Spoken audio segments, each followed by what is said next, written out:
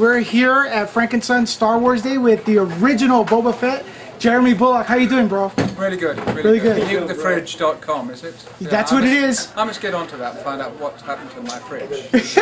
No, my fridge was there when I left, and I phoned my wife and she said the fridge is gone. So it's probably been nuked. Now the whole thing, I'm going to ask you, if there was a nuclear holocaust, would you get in the refrigerator to protect yourself from the radiation? Yeah, I would. You would? Definitely. Because they don't build fridges like they used to. Well, I have a 25-year-old fridge. That's cool. Which is still going, still... See, and even the fridge is talking to me from England.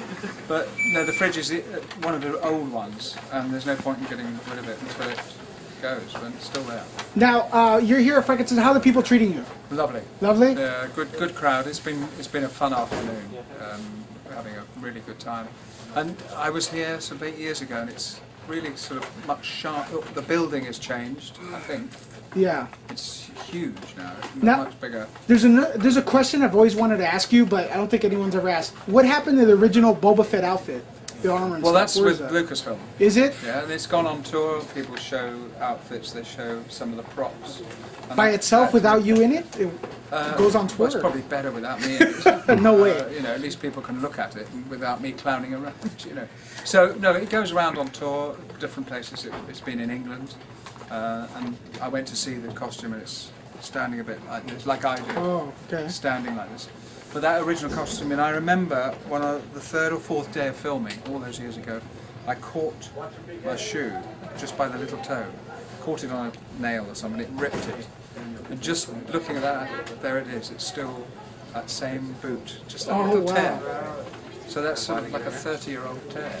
Now, what do you think of this Boba Fett phenomenon? He's like pretty much a side character, and everyone loves Boba Fett. Well, I mean, number one, the outfit does look fantastic, yeah. And with all the different bits and pieces, the jet rockets, things in his knee. There's so much to look at. There's so much to wonder. I wonder what he does. And the kids love him because he's a loner. He does his own thing. He's good at what he does, and I think that's. To me, I think that's the main thing. Costume, he's moody. He's honest as well, so if he comes up to you and says, I'm going to kill you, he'll tell you first. He'll tell you. It's been fair, he doesn't come up and bag. Do you think Darth Vader's scared of Boba Fett? Slightly. Slightly? I think Darth Vader is just a little bit aware, because obviously Boba Fett answers him back. Yeah. And still stands there and doesn't move away saying, my lord. Might give him the odd nod, but I think, yeah, he's slightly scared. Now, some other questions. I noticed you're a boxing fan. Tell us a little bit about, were you used to box? Yeah, I boxed from the age of 8 because it was a way, all those years ago, if there was any problems, people arguing, and you put the big boxing gloves on and sort it out in the gym. And you'd have a bit of a bloody lip, shake hands, that's it. Go back to the classroom. But then I took it up after that, because I liked the way you could just move out of the way and then right. But I was more of a rough and tumble. You know, I'd just go in and weaken somebody here. In the body? Yeah. Who's your favorite boxer? Favorite boxer of all time, in parts, has to be Mike Tyson. Mike Tyson? Mainly he went off the rails, but I think he was one of the old school. He just came, he didn't have the big fanfare thing.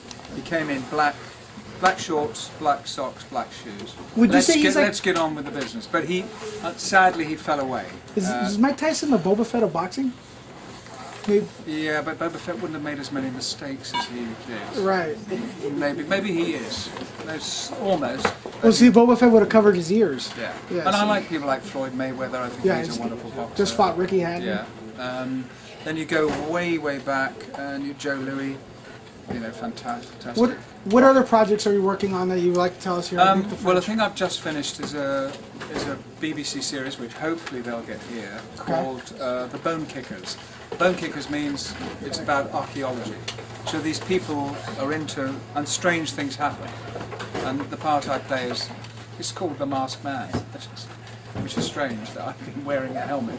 Then also I've been doing a Doctor Who audio book, awesome, where you read the story, play all the different characters, including women, and that's been fun. And then when I go back home, I do a dramatised documentary, which will be 2 weeks. Okay, excellent. I notice there's like 400 people here waiting for your autograph. I'm going to let you go. Would you like to add 401. anything? 401. Would you like to add anything? Well, just to say thanks for inviting me here. You know, always it's a good pleasure. to see my younger self. But he's nearly as fit as me. He's going Daniel Logan. He looks just like you. You showed me your pictures as a well, teenager. He's got heavy makeup on. I haven't.